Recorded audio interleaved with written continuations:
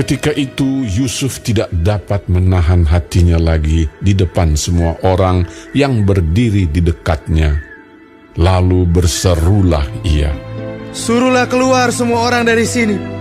Maka tidak ada seorang pun yang tinggal di situ bersama-sama Yusuf ketika ia memperkenalkan dirinya kepada saudara-saudaranya. Setelah itu menangislah ia keras-keras sehingga kedengaran kepada orang Mesir dan kepada seisi istana Firaun. Dan Yusuf berkata kepada saudara-saudaranya, "Akulah Yusuf. Masih hidupkah Bapa?" Tetapi saudara-saudaranya tidak dapat menjawabnya, sebab mereka takut dan gemetar menghadapi dia. Lalu kata Yusuf kepada saudara-saudaranya itu, "Marilah dekat-dekat." Maka mendekatlah mereka.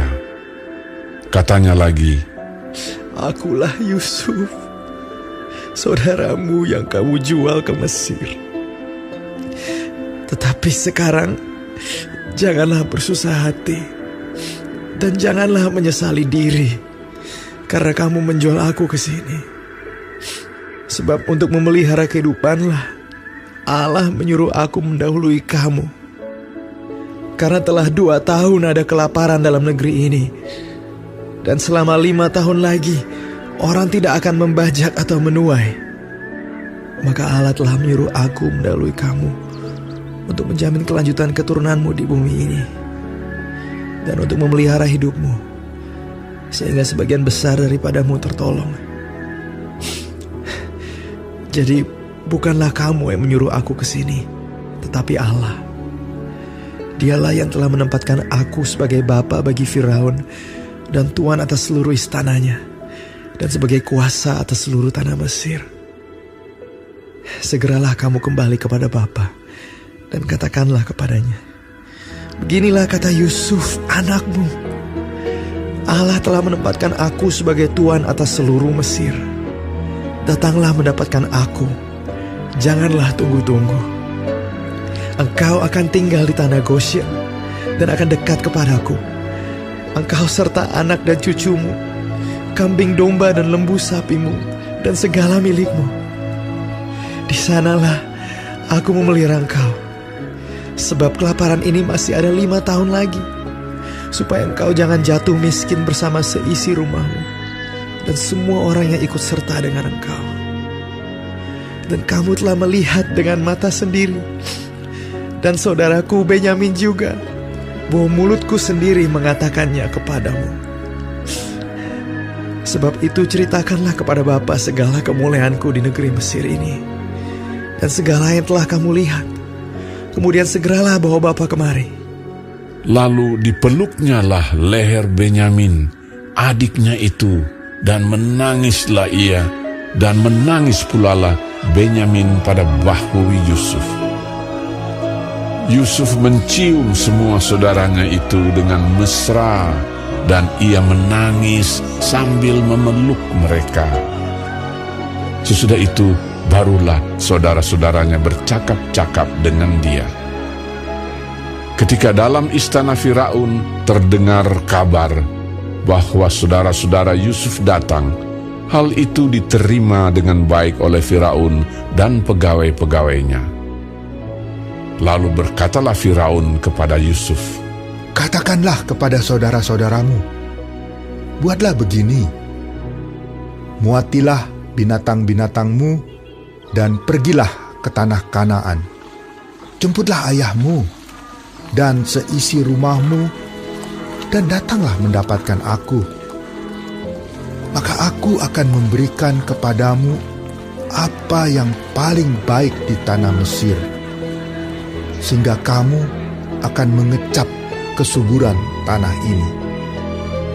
Selanjutnya, engkau mendapat perintah mengatakan kepada mereka, buatlah begini, bawalah kereta dari tanah Mesir untuk anak-anakmu dan istri-istrimu, jemputlah ayahmu dari sana, dan datanglah kemari. Janganlah kamu merasa sayang meninggalkan barang-barangmu, sebab apa yang paling baik di seluruh tanah Mesir ini adalah milikmu." Demikianlah dilakukan oleh anak-anak Israel itu. Yusuf memberikan kereta kepada mereka menurut perintah Firaun. Juga diberikan kepada mereka bekal di jalan. Kepada mereka masing-masing diberikannya sepotong pesalin, dan kepada Benyamin diberikannya 300 uang perak dan 5 potong pesalin.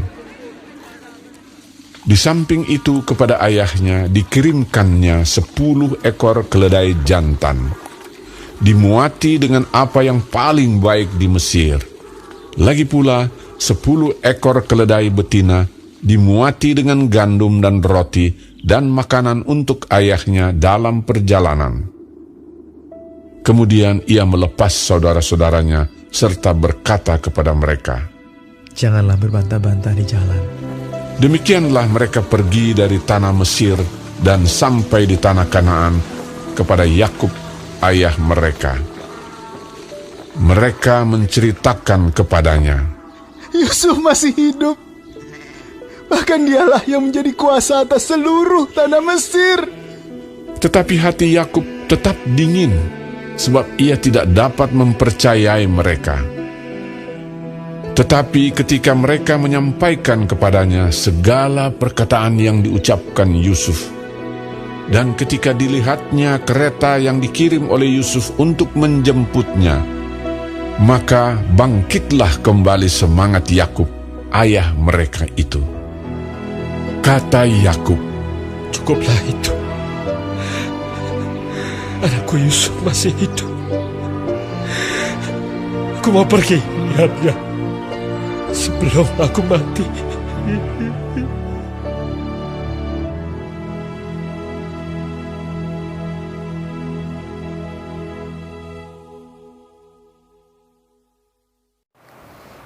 Shalom saudara-saudaraku yang kekasih di dalam Tuhan Yesus Kristus. Puji Tuhan kalau kita masih diberi kesempatan hidup sampai hari ini dan dapat mempelajari firman Tuhan dari kitab Kejadian pasal ke-45 mengenai Yusuf memperkenalkan dirinya kepada saudara-saudaranya. Tuhan Yesus memberkati. Lihatlah di ayat 4-8. Meskipun kakak-kakak Yusuf pernah hendak melenyapkan dia, tetapi Tuhan memakai perbuatan jahat saudara-saudaranya itu untuk menggenapi rencana Tuhan yang maha ajaib. Tuhan mengirim Yusuf terlebih dahulu ke Mesir untuk memelihara hidup Israel dan keturunannya, untuk menyelamatkan bangsa Mesir dan menyiapkan jalan untuk memulai bangsa Israel lebih banyak, lebih berkembang. Jadi Tuhanlah yang berdaulat. Rencananya tidak dapat dibatalkan, ditentukan oleh perbuatan manusia.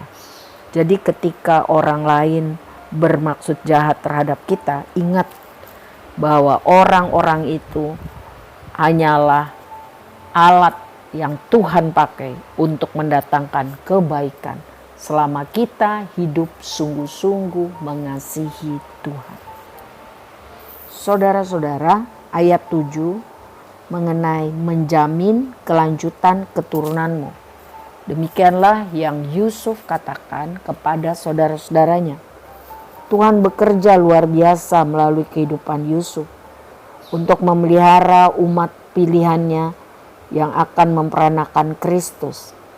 Sekalipun Kristus Yesus Tuhan kita akan datang melalui keturunan Yehuda, kakak Yusuf, dan bukan keturunan Yusuf.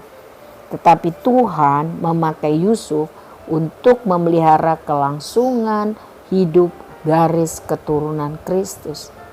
Yusuf adalah nenek moyang rohani Kristus, kedudukan yang lebih penting daripada hanya sekedar nenek moyang jasmani. Orang Israel, kaum itu ditempatkan di tanah Goshen, terletak kurang lebih 65 km dari kota Kairo sekarang ini. Goshen terletak di delta Sungai Nil, terpisah dari pusat utama kehidupan Mesir. Di sanalah bangsa Israel hidup dalam keterasingan dari orang Mesir dan berkembang banyak, bertambah banyak menjadi suatu bangsa. Ayat 17 sampai 20. Yusuf telah ditolak, diculik, dijual, diperbudak, dan dipenjarakan. Saudara-saudaranya telah berbuat jahat kepadanya. Namun Yusuf dapat anugerah Tuhan. Dia diberi kemampuan untuk bisa mengampuni saudara-saudaranya dan bermurah hati. Yusuf menunjukkan gambaran bagaimana Tuhan mengampuni kita dari segala dosa-dosa kita dan mencurahkan kebaikannya kepada kita. Walaupun kita telah pernah berdosa. Pengampunan dan berkat Tuhan terus tercurah bagi kita sampai hari ini. Ayat 26 sampai 27, ketika Yakub diminta untuk pergi ke Mesir, ia membutuhkan bukti-bukti sebelum dapat mempercayai berita tersebut karena sangat tidak masuk akal bahwa Yusuf masih hidup dan menjadi orang yang sangat berkuasa di Mesir. Saudaraku, jadi selama Tuhan masih memberikan kita kesempatan hidup, jangan pernah putus asa. Tetap semangat, tetap percaya kepada kasih dan kuasa Tuhan. Karena Tuhan mempunyai rencana masa depan yang penuh harapan bagi kita selama kita sungguh-sungguh percaya dan mengasihinya. 1 Tesalonika 1 ayat 6b mengajarkan, dalam penindasan yang berat, kamu telah menerima firman itu dengan sukacita yang dikerjakan oleh Roh Kudus. Jadi, walaupun kita mengalami banyak kesusahan hidup, tetap pegangan kita adalah kebenaran firman Tuhan, janji firman Tuhan. Dan itu bisa dihidupkan, bisa sungguh-sungguh menguasai pikiran, perasaan, roh, jiwa, tubuh kita. Kalau Roh Kudus mengerjakannya itu di dalam hidup kita. Jadi inilah pentingnya hidup kita dipimpin dan dikuasai Roh Kudus. Tuhan memberkati.